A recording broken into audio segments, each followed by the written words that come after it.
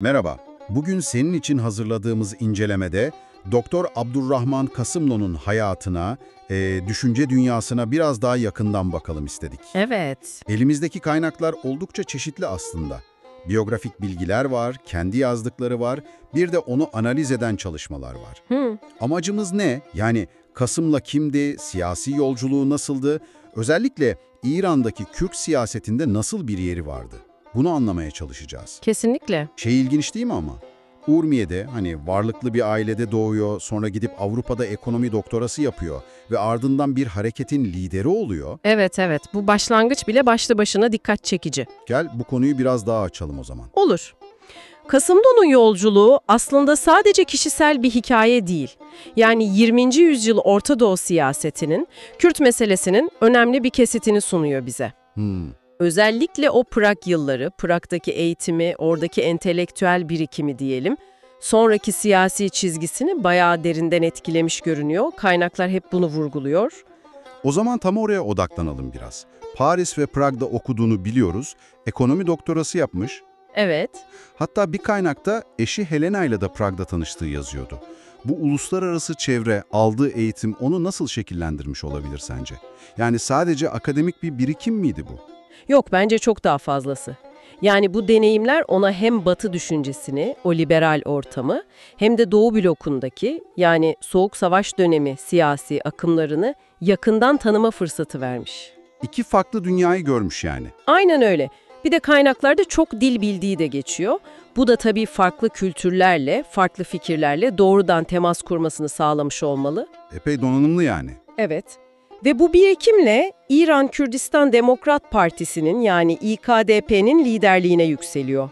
Bu bir tesadüf değil bence. Peki liderliğinde partinin hedefi neydi tam olarak?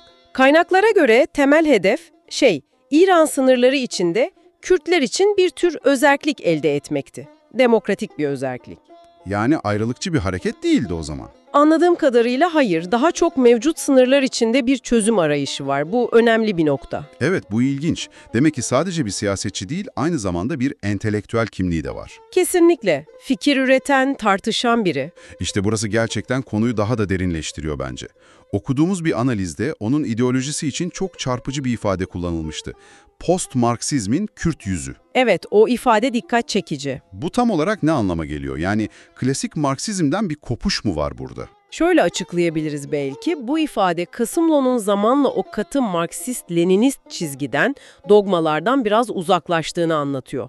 Daha esnek bir yöne evrildiğini gösteriyor. Nasıl bir esneklik bu? Yani klasik Marksist tezler var ya, işte uluslararası sınıf mücadelesi, proletarya diktatörlüğü gibi, bunların yerine giderek daha fazla sosyal demokrasiye, insan haklarına vurgu yapmaya başlıyor. Anladım. Ve tabii en önemlisi İran özelinde Kürtlerin kültürel ve idari haklarını güvence altına alacak demokratik bir özerkliğe odaklanıyor.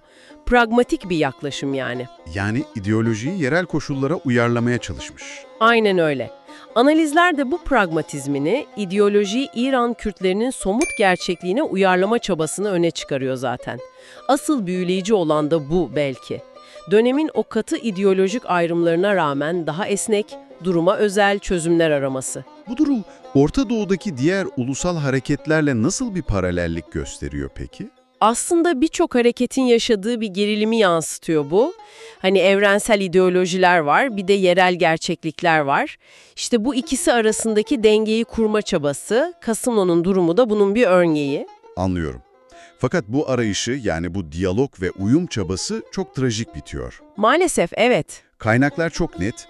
1989'da Viyana'da İran hükümeti temsilcileriyle barış görüşmeleri yaparken tam da masadayken bir suikasta kurban gidiyor. Evet, görüşme odasında öldürülüyor. Çok acı. Bu olay diyalog arayışının bile ne kadar tehlikeli olabileceğini gösteriyor aslında.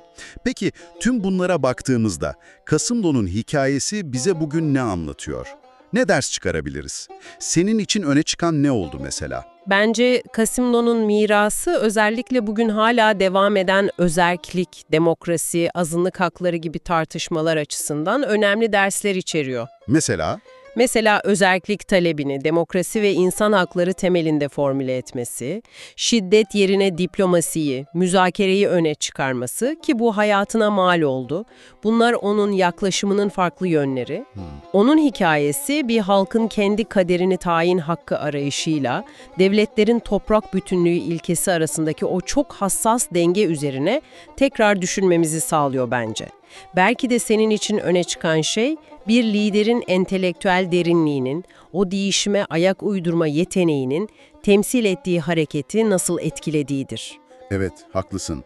Doktor Kasimno'nun hayatına ve fikirlerine yaptığımız bu kısa yolculukta onun entelektüel bir lider olarak portresini çizmeye çalıştık. İran içinde özerklik arayışındaki o pragmatik yaklaşımını, değişen ideolojisini ve ne yazık ki trajik sonunu ele aldık. O zaman sana, dinleyenlere, üzerinde düşünebilecekleri son bir nokta bırakalım istersen. Tabii, lütfen. Casillo hayatı boyunca ideolojisini ve stratejisini hep dönemin koşullarına göre uyarlamaya çalıştı. Siyasi hareketler, özellikle de böyle büyük risklerle, baskılarla karşı karşıyayken sürekli değişen dünyada etkili olabilmek için stratejilerini, hatta belki temel inançlarını ne ölçüde sürekli gözden geçirmeli ve uyarlamalıdır. Bu onun hikayesinin bize sorduğu temel sorulardan biri aslında.